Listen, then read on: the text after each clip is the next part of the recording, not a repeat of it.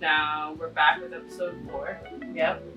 And talking about just the time that we've invested and how much time has taken, sort of like learning process into making our home. Yeah. We talking about practice, man. What are we talking about? Practice? Talking about time. Talking about time. We talking about practice, man. We talking about practice. We talking about practice. Practice. Practice. We ain't talking about the game. We talking about practice.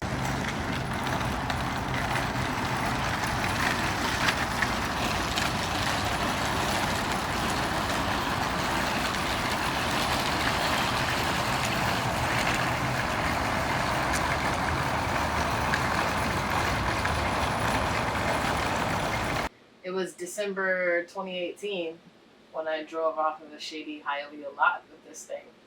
Right. So legit coming on 2 years. Yep. And thinking about all the work that we've done, all the work that other people have done, helping us, showing up, on different days. Oh shit. Oh, let me not. Michelle is building.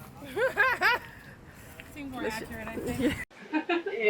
Yeah. And just being like, there's all these little reminders of different times and different things that have happened in the process of this project. Yeah, for sure. I mean, it's definitely been a labor of love. I feel pretty blessed and lucky that we have a community of people that are so supportive behind this project happening, it being functional and up and running. And I feel like we still have a cohort of people that we can always just know that they can come through, in For one sure. way or another, and it goes both ways. And I think there's also areas in which there was sometimes we were learning from others and vice versa. Yeah. So I think there's been like a really beautiful exchange in that way. Totally. How long it has taken to get to this point has a lot to do, well, I wouldn't say a lot, but partially to do with the fact that we've been self-funding this, right? So yeah, there's like moments where we have to take breaks, you know what I mean? If I can't practice, I can't practice, man. If I'm hurt, I'm hurt. I mean, simple as that. And even kind of using this project as a mile marker, can think about all the shifts in our personal lives that have happened over the course of this project. Right. There was the first period where I tried to do a bunch of stuff by myself and I didn't know what I was doing, and it looked really crappy in here. And the first time that I lived in here was over the summer, and you were in Berlin. Right? So I have these kind of reminders of moments in time that mirror moments in the process of this project. Yeah, 100%. As funny as it may sound to think about that, like the house was made one way at first and then shifted and completely gutted it out and started over, actually helped in a lot of ways. It was important for you to go through that process. Also for us to have a better understanding about like what are the most important functional things that we need. Again, having an opportunity to stay at Misa's house, have that period of time to really kind of revamp everything that we wanted to happen and continually working on that. While simultaneously, we have to still juggle all the other work that we're doing. Yeah. But yeah, I mean, I think it's also in terms of time, it's not only just the time that we're investing into it, but it's like because of the time that we spent inside of here, we're able to really have a better understanding of what works and what doesn't work.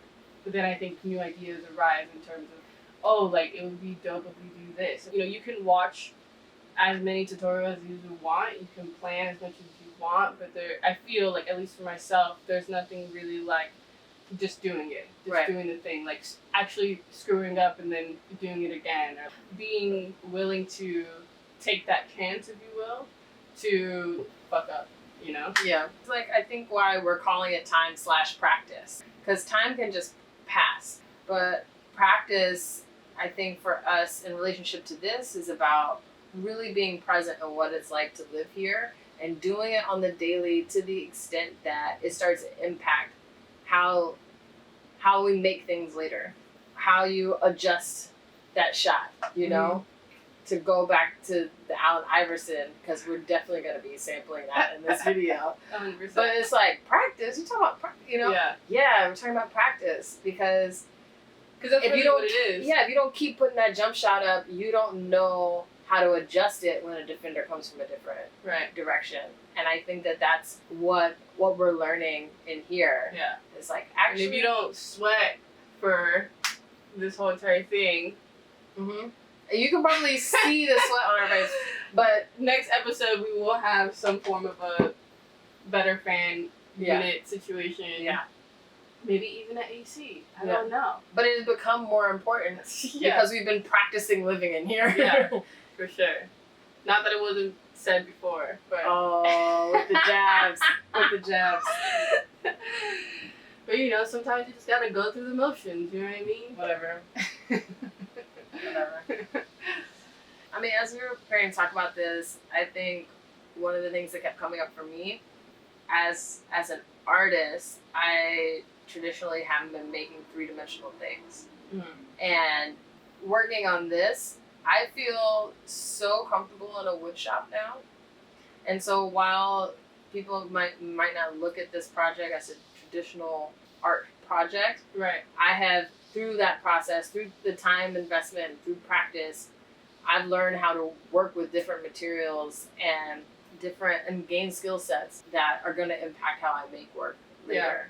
Yeah, I mean, in terms of even whether or not other people view this as an art practice or not, I mean, I personally think it is. I mean, I feel like for artists, like, what is the difference between my quote-unquote day-to-day life activities and my art practice? All those things are intertwined and influence each other, and inevitably, you know, it's coming from the same person, the same two people, you know? And everything here is treated in that same manner and thought process of thinking creatively and what it can be and what it means, you know? And so I think that in terms of investing even the time and sort of thinking about what materials we want to use, like what is the feeling that we want into the space? Like not having windows, but having skylights, you know? Deciding what kind of skylights we were going to get and how much that really did determine what the space felt like. It's a constant sort of evolving kind of evolution that's happening here. The ebb and flows of people that are coming in, the sort of activities that we have here, everything from having people over for drinks, doing like a dance party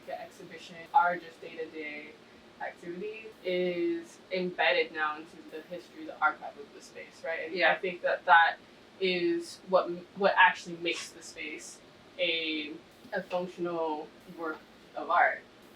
We're talking about time, and the fact is that time is perpetual.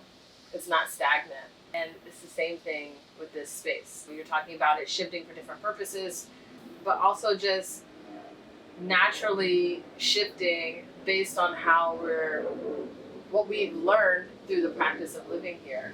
You know, like making additions, changing things. And I mean, I think it's the same for any home, right? You know, your parents live in a place for 20 years and they're like, we should renovate the kitchen.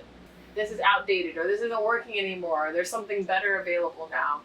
And because of how compact this space is, that we're having that kind of thought process every day about like, actually maybe we should hang that there, or what if we did it like this? We're just thinking about it constantly. And so time is moving fast and slow all at once. It's easy to get disheartened in some way, knowing that there's some people that are like, I built my tiny house in 3 months. How much money did you spend on that though? What did you really do to get to that point? Right. You know? And so being okay with the process, being okay with, you know, the longevity of it, like that it is a slow moving in some way. But I think that's also the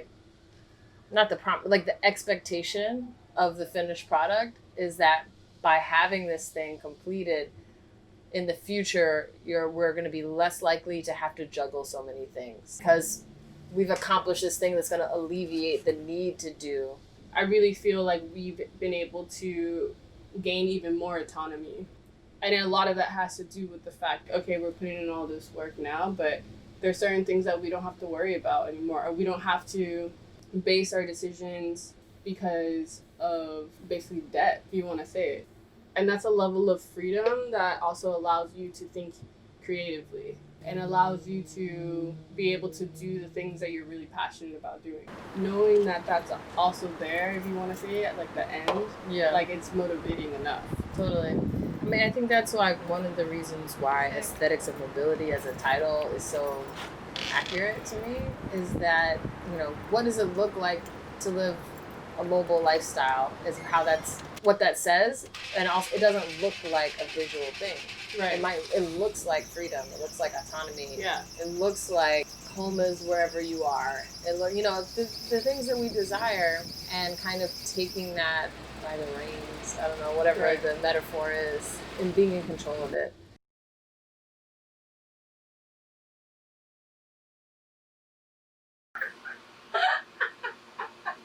I did not call you a baby wife. Oh man, I might start calling you that though. Really? Yeah. My little baby wife. Oh my god. Ooh, I'm about to wipe this baby wipe on my face. I'm sweating. Let's go, girl. Okay, you can't be like a baby wipe waster though. Am I wasting? You're like, ooh. Throw it away. I mean, look good or not? I mean, I think you look good all the time. Oh, what's wrong with sweat? Hey, nothing wrong with a sweat. Oh my god. Hi, babe. Hey. Yeah, it's happening. Yeah, there's a swamp inside of the house. Yeah.